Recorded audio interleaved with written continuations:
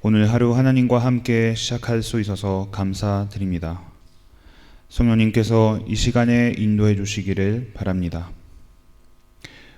우리 마음에 열어 하나님의 뜻을 따라가는 순종한 마음을 역사해 주시옵소서.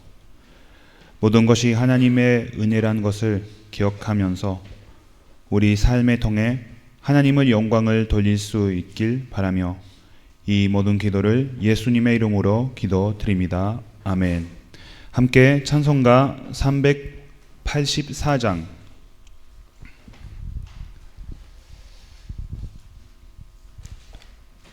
찬송가 384장 함께 찬송하겠습니다.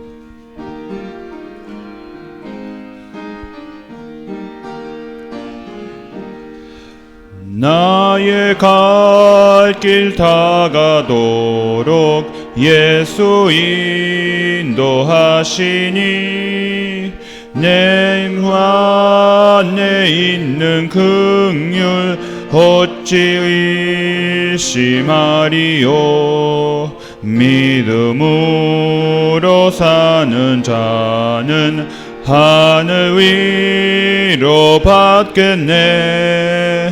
무슨 일을 만나든지 만사 형통하리라. 무슨 일을 만나든지 만사 형통하리라. 나의 갈 길 다가도록 예수 인도하시니 어려운 일 당한 때도 족한 은혜 주시네. 나는 심히 고단하고 영혼 매우 가라나 나의 앞에 반석에서 샘물 나게 하시네. 나의 앞에 반석에서 샘물 나게 하시네. 나의 갈 길 다가도록 예수 인도하시니 그의 사랑 어찌 큰지 말로 할 수 없도다. 성령 감화 받은 정혼 하늘 날아갈 때에 영영 부를 나의 찬송 예수 인도하셨네. 영영 부를 나의 찬송 예수 인도하셨네.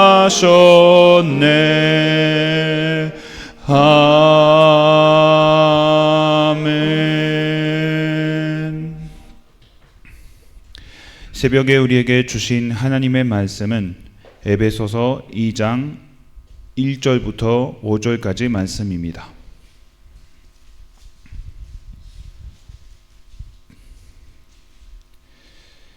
에베소서 2장 1절에 5절까지 말씀을 한 구절씩 교독하겠습니다. 제가 먼저 읽겠습니다. 그는 허물과 죄로 죽었던 너희를 살리셨도다.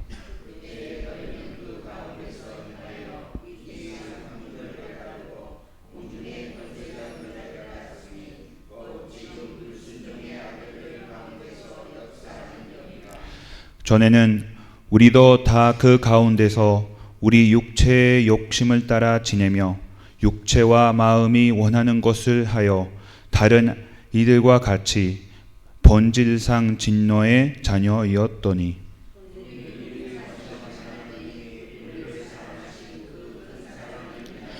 다 같이 읽겠습니다. 허물로 죽은 우리를 그리스도와 함께 살리셨고 너희는 은혜로 구원을 받은 것이라. 아멘. 에베소서에서 그리스도와 연합이라는 주제를 계속해서 살펴보겠습니다. 오늘 본문에서 바울은 에베소 사람들이 그리스도를 믿기 전, 즉 믿는 자가 되기 전에는 영적으로 죽어 하나님과 분리되어 있었다고 말합니다. 그러나 회개하였을 때 그들은 그리스도와 함께 새로운 삶을 살게 되었습니다. 그리스도를 영접하기 전 에베소 사람들을 살펴보면 바울은 그들이 영적으로 죽었다고 말합니다. 그렇다면 영적으로 죽었다는 것은 무엇을 의미할까요? 하나님의 말씀에 따르면 죽음은 분리를 가져옵니다. 예를 들어 누군가가 육체적으로 죽으면 영혼이 육체와 분리됩니다.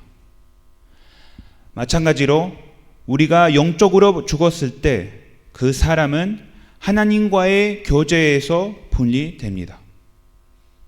이 경우 바울은 에베소 사람들이 이전에 그리스도 없이 살았을 때 영적으로 죽었을 뿐만 아니라 하나님도 없이 살았다고 말합니다.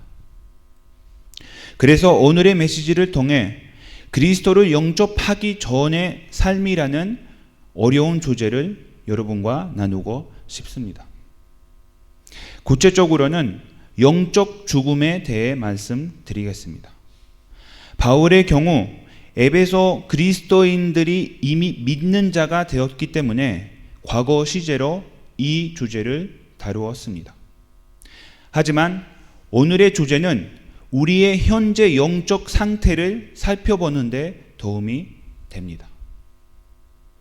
즉, 우리가 그리스도와 함께 영적으로 살아 있는지 아니면 그리스도 없이 영적으로 죽어 있는지에 대한 것입니다. 로마서 5장 12절은 이렇게 말씀합니다. 그러므로 한 사람으로 말미암아 죄가 세상에 들어오고 죄로 말미암아 사망이 되었나니 이와 같이 모든 사람이 죄를 지었으므로 사망이 모든 사람에게 이르렀느니라. 여기서 모든 사람은 곧 우리 모두를 뜻합니다. 이것이 원죄 결의에 대한 기본적인 설명입니다. 우리가 알아야 할 것은 육체적 죽음과 영적 죽음이 우리 모두에게 전가되었다는 것입니다. 에베소서 2장 3절에서 바울은 전에는 우리도 다 그 가운데서 우리 육체의 욕심을 따라 지내며 육체와 마음이 원하는 것을 하여 다른 이들과 같이 본질상 진노의 자녀였더니 라고 말합니다. 즉, 바울은 자신을 포함시켰습니다. 이는 그리스도를 영접하기 전에 우리 모두가 정욕의 욕망과 죄성의 성향에 집중되어 있었음을 시사합니다. 안타깝게도 영적으로 죽으면 하나님과 분리되는 것이 자연스러워집니다. 아무리 오랫동안 교회에 나와도 진정한 회개가 없었다면 자신의 본성이 참으로 악하다는 것을 결코 깨닫지 못한 것입니다. 오히려 역설적으로 반대로 영적인 것을 악하고 지루하며 생명을 위협하는 것으로 보게 될 것입니다. 이것은 하나님의 관점에서 볼 때 우리 모두가 태어나는 순간부터 그리스도를 영접하기 전까지의 일반적인 모습입니다. 따라서 이 영적 죽음은 우리에게 세 가지 영역에서 부정적인 영향을 줍니다. 첫 번째로 영적 죽음은 하나님과 우리의 관계에 부정적인 영향을 끼친다는 것입니다. 불순종으로 인한 영적 죽음은 하나님과의 분리뿐 아니라 우리가 그분의 진노를 받을 운명에 처해 있음을 의미합니다. 이는 사소한 문제가 아닙니다. 듣기에 달갑지 않을 수도 있지만 영적으로 죽었다는 것은 하나님과 분리되었을 뿐만 아니라 에베소서 2장 3절에서 말씀하듯이 그분의 거룩한 진노의 대상이 된다는 것을 의미한다는 것을 분명히 알아야 합니다. 그렇기 때문에 하나님은 오직 사랑이시며 죄에 대해 결코 화내지 않으실 것이라고 믿는 것은 거짓입니다. 하나님께서 죄는 중요하지 않다고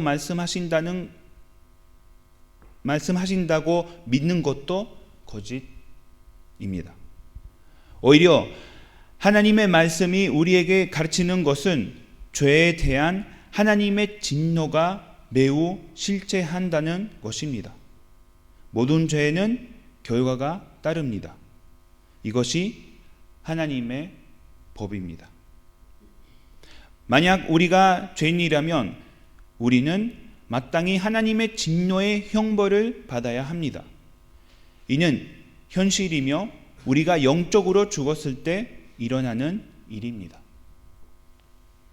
영적 죽음의 첫 번째 결과는 하나님과 우리의 관계에 부정적 영향을 미친다는 것입니다.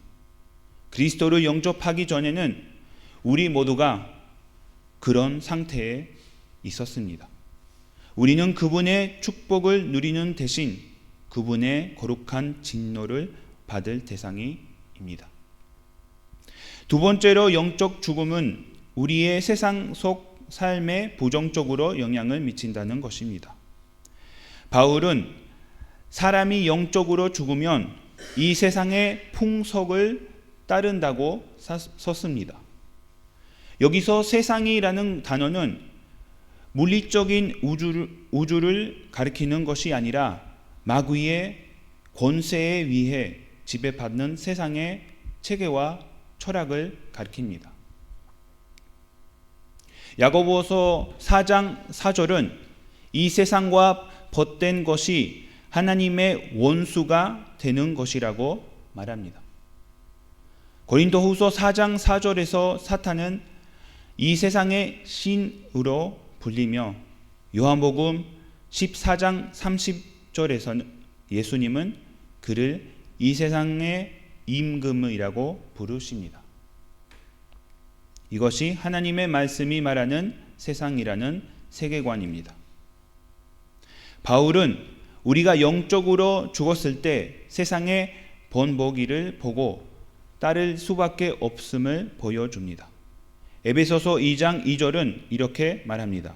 그때 너희는 그 가운데서 행하여 이 세상 풍조를 따르고 공중의 권세 잡은 자를 따랐으니 곧 지금 불순종의 아들들 가운데서 역사하는 영이라. 따라서 세상에서 영적으로 죽은 사람은 사탄의 영향력 아래 있다고 할 수 있습니다. 바울은 로마서 12장 2절에서 그리스도인들에게도 이렇게 경고합니다.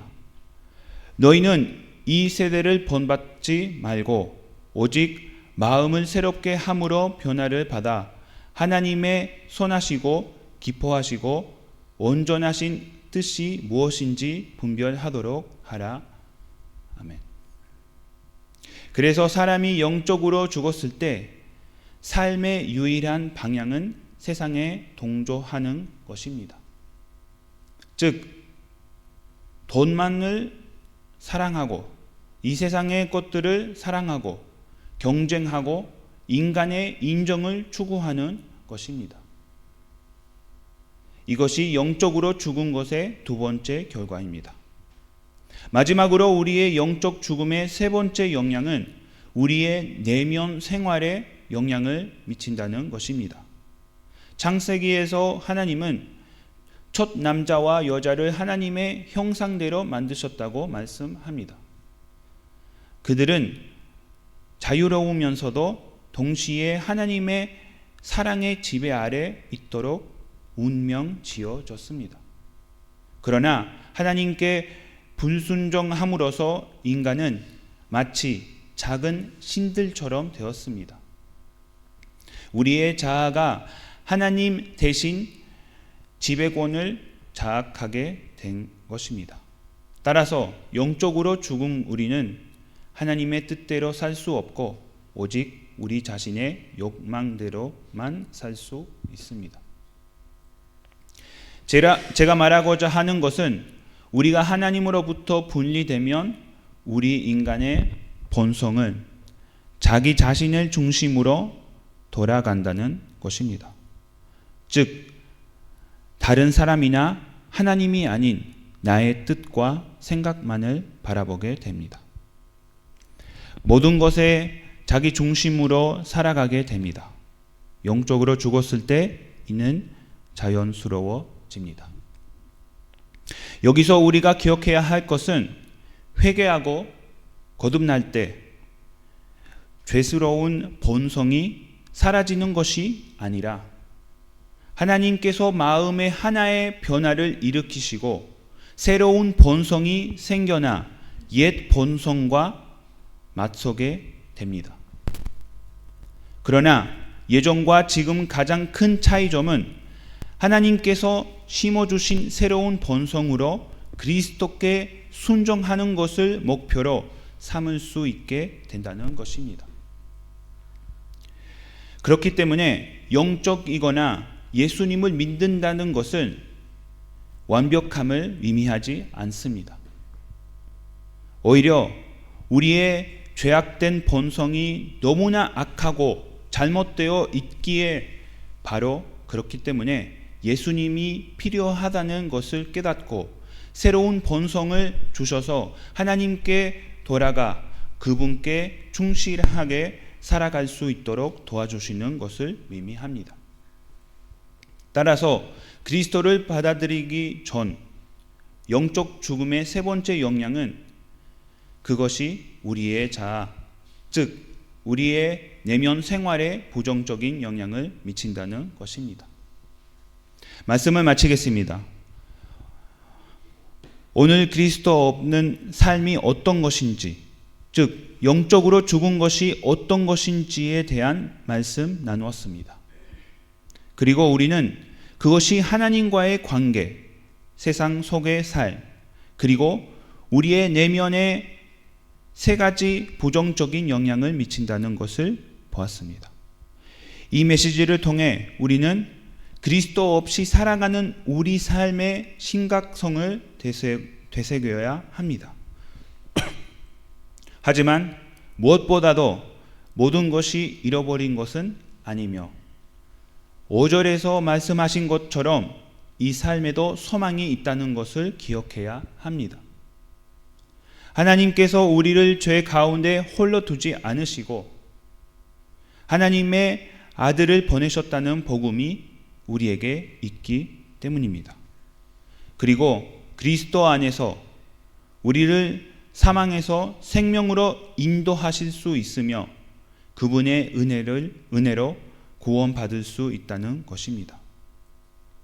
오늘 우리가 함께 묵상한 영적 죽음의 결과로부터 우리를 구원하시기 위해 이미 모든 것을 이루셨다는 사실을 마음에 새겨야 합니다. 하나님은 우리가 그분과의 관계를 회복하시기를 원하십니다.